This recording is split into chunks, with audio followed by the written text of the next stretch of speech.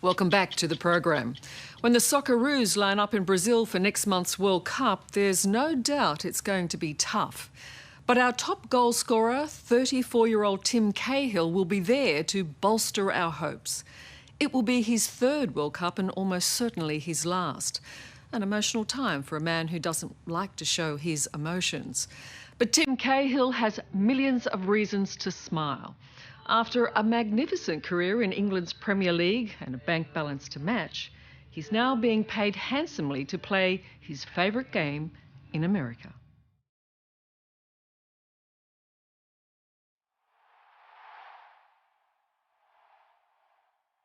I'm fearless. You know, I play on the pitch with no fear.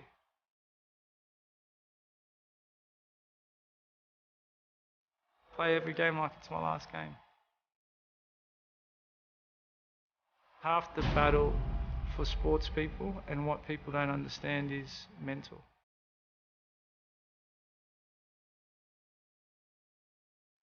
I want to be the best I can be in everything I do.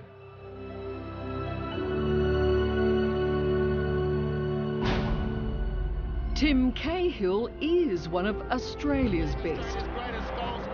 A soccer legend who's conquered the Premier League in England. Tim Cahill He was about to compete in his third World Cup. from the wonder boy of Australian football. Do you view yourself as having gotten lucky, or do you think that this is what happens when you work hard? Now, luck is a great word, but I wasn't lucky because I was driven enough to chase it. You know, if I want to be lucky, I'll go do the lotto.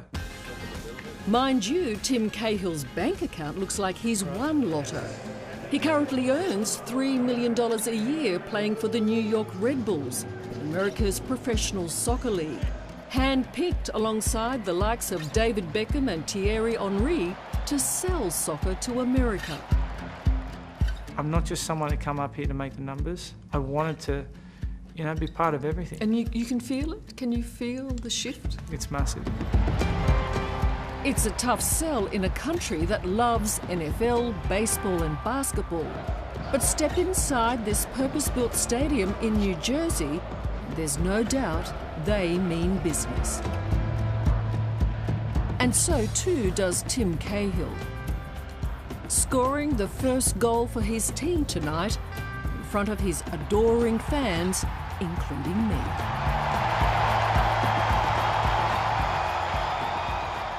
What is it about soccer? Can you recall what it was that soccer gave you at a very young age? Maybe freedom, maybe that was the outlet. Tim Cahill grew up in Sydney's southwest. His father is English, his mother Samoan. A tight-knit family that didn't always find life so easy. Living in Australia growing up was very tough. My parents rented all their lives. But overall, the way I see it is, you know, I was very blessed as well. I was very happy with the basics, and as long as I had my football and my mum and dad and my family, that's all that really mattered. Am I right in understanding right from the beginning you were being told you weren't good enough to be a soccer player? Yeah, but I was told, like, you know, you're not strong enough, you're not tall enough. But the more he was told he wasn't good enough, the more determined he became. He took his first big step to soccer superstardom when at just 17 he packed his bags and moved to England. That was a fairly brave decision, wasn't it, to go to the UK? I got home from school and my mum and dad sat me down, and my mum was basically in tears, and they said, do you want to continue school, do you want to go to England? Simple, didn't even batter an eyelid. But there was one person who did. His childhood sweetheart and now wife, Rebecca. What kind of kid was he? It's funny because in my boys now I see a lot of Tim's character. He was always very charismatic. He was always like, you know, like the cute little one in school that everyone... So I naturally just sort of stayed away kind of thing. Too cute though, was yeah, he? yeah, and just, you know, he was interested in soccer only, you know, so... But it turns out soccer wasn't Tim's only interest. And before long, he asked Rebecca to join him overseas. One of the other brave decisions was by Rebecca to join you. Yeah, I don't know whether she's happy, but... think you can say she is. No, she's happy. I suppose for me, like, she's my best friend. Tim's career started at Millwall, where he stayed for 6 years.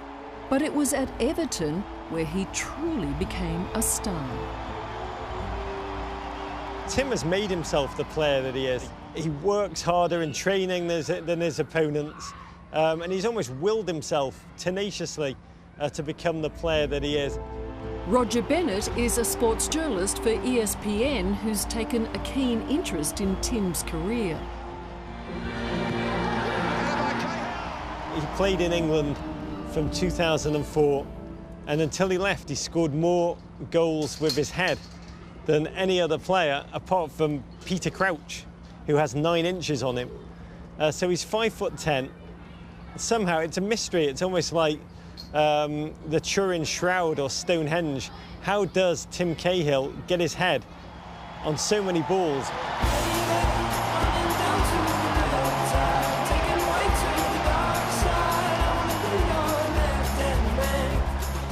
I can head a ball the way some people can kick a ball. I'm not scared of anything when it comes to, you know, if there's a boot's coming in my head or anything. I think that's the Samoan side that comes. You can use your noggin. My noggin, yes. OK, here comes the dumb question. Does it hurt when you use your head so often? No, that's not a dumb question. No, it doesn't. It's never hurt? You've never... Being in a backyard with my cousins and all the Samoans and that, my head's taken a few knocks and kicks in the backyard.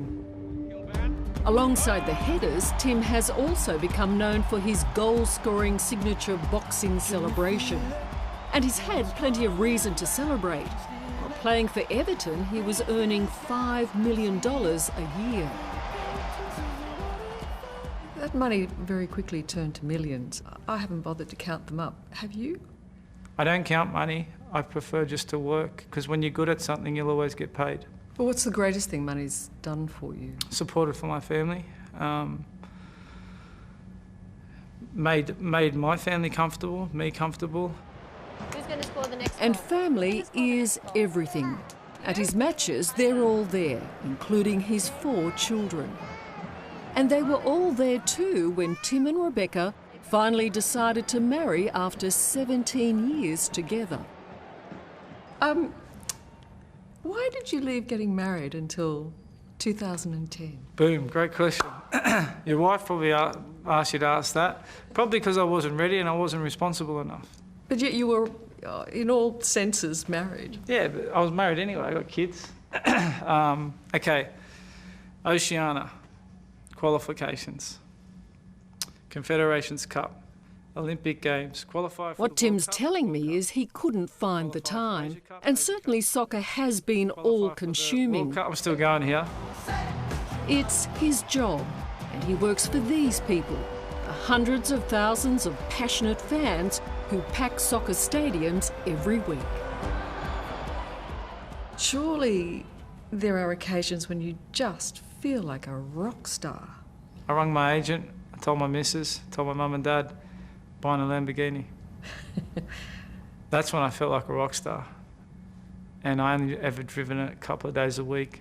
In 6 years, I'd done 20,000 miles, not even. Aside from the Lamborghini, which he no longer has, and his family, Tim loves to spend his money on clothes. For 8 years, he was dressed by Giorgio Armani. This boy from the burbs now has a passion for fashion. And I love it because it's the footballer's or sports person's biggest expense. That's where you blow your dough? Yeah, 100%, 100%. If I slip on a jacket like this, with a bit of funkiness in it, with the collar, hopefully like my missus will look, think that I'm looking half decent, you know? So this is pretty much me because I can wear But trainers. Tim's gone from buying to designing.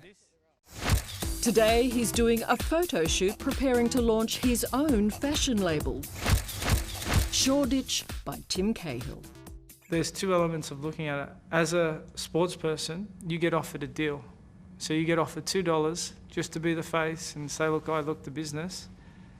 I prefer to take $1 and be involved in everything. And boy, are you involved. Yeah. Do you have a controlling issue? My wife says that all the time. I only just watching you, that's all. Yeah, I thought, you're there's right. a man that needs to know everything. It's I'm trying to control this interview as well. But one thing Tim can't control is this. That's his 11-year-old son, Cahill, singing the American national anthem in front of thousands of people.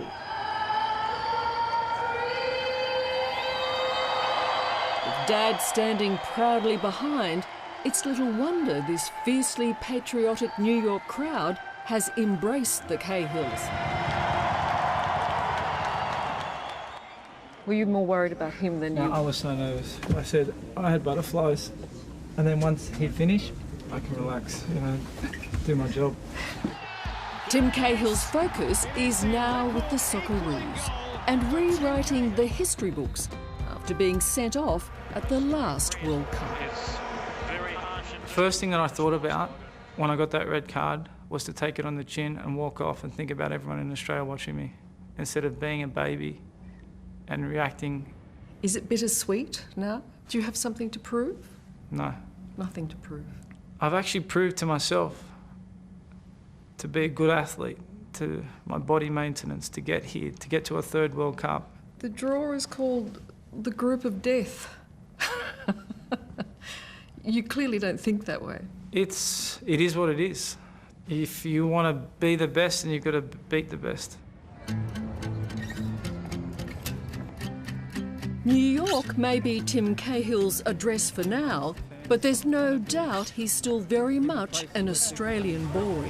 You know, I go home to Campbelltown or Narellan, wherever, and go up to the local RSL or wherever, and, you know, have a $10 meal with people that I grew up with, because that's what they know me for. And if I didn't do that, then I pretty much know that I wouldn't be true to myself. That's when your mum would slap you, I reckon. I still get a slap now. Slap or no slap, Tim Cahill works very hard at staying grounded. Can you feel it? And when he lines up for the World Cup in Brazil next month, there's no doubt he'll stand on the pitch knowing he's the boy from Campbelltown who really made good. My story's had some amazing, you know, ups and downs, but at the end of it, something that I'm very proud of, and, you know, hopefully a reflection. The biggest reflection on my story is if Tim Cahill can do it, then anybody's got a chance.